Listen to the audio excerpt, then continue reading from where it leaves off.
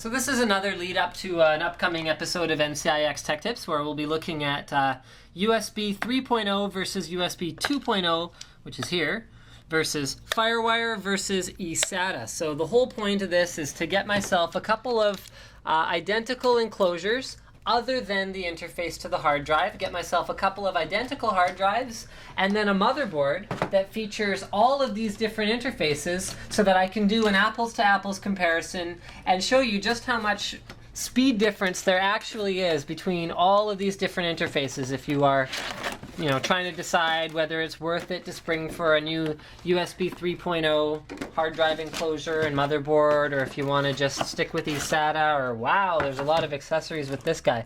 So this is an Acomdata enclosure, and it actually has a number of different interfaces on it. So this is their Samba Quad, and the reason it's called Quad is because it has support for eSATA. You see it has an included eSATA cable. Very nice, thank you.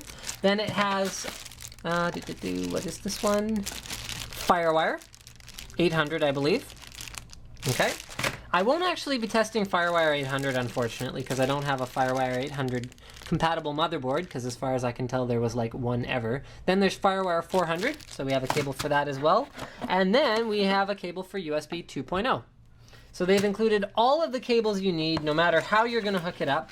Then they've also included 2 black screws and 6 other ones. So 2 of them are small, 4 of them are hard drive. These are hard drive screws. So I don't know what the rest of them are for, but we'll get into that later. Then we have a manual. So this is English and French by the look of things, and it shows you what to do, some precautions, don't run it in water, stuff like that. Package content, system requirements. You can pause it and read this if you really want to. Okay, then we have a stand for the bottom, so we'll show that after. Then we have a power cord, which plugs into the back of this power brick, which then plugs into the back of the hard drive. So just like that. It's quite a large power brick, but I'd rather see one that has a dedicated cord so that it doesn't sit and take up 2 slots on my power bar. Okay. So then there's our stand. Here is the Samba Quad. So you can see right off the bat, it is full of interfaces. So here's USB 2.0, here's FireWire 400, FireWire 800, FireWire 800 again, eSATA, and then power. Then we've got a power switch here, as well as, this explains what those other 2 black screws are for. Acomdata has installed only 2 screws, and I guess that is enough to hold it in place anyway. So let's have a look at the outside of the enclosure. Unlike the one that I looked at just previous to this one has kind of a fingerprint-proof matte black coating on it that I actually prefer. I think that's quite nice, and it's also going to sort of retain its new look over a lot longer period of time, I think. So you can see even when I leave a fingerprint, it kind of fades away. That's pretty nice. Got their logo and everything. At the front, you've got kind of a grilled, meshy sort of bit here. This is a power switch, and presumably some kind of an activity LED, but I'm not 100% sure. I will find out when I do my Tech Tips episode. Just going to take these screws out of the back, and then because I'm going to be installing hard drives in these things shortly anyway, so might as well take it apart. There we go. Okay. Whoa, it's all coming apart. Oh, unlike the other one, it's also metal inside, which is, I think, a step in the right direction.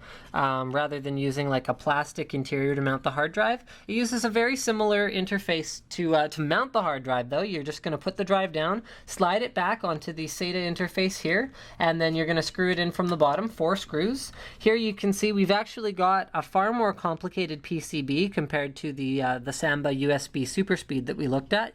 Got a couple of chips on there, not sure what either of them does, and I don't think it's fair to expect me to do that right on camera here anyway. And then we've got the wires for the power switch, which is here at the back. And then also inside, I guess I can show you the bottom where this wire is taped into place. And then, I can also show you how the how the stand at the bottom works. So I guess you slide this in from, no, what I'm guessing you do is you turn this around, and then you, I don't know how this works, but it goes in here somehow. It slides in there, and then it's something to do with these holes in here.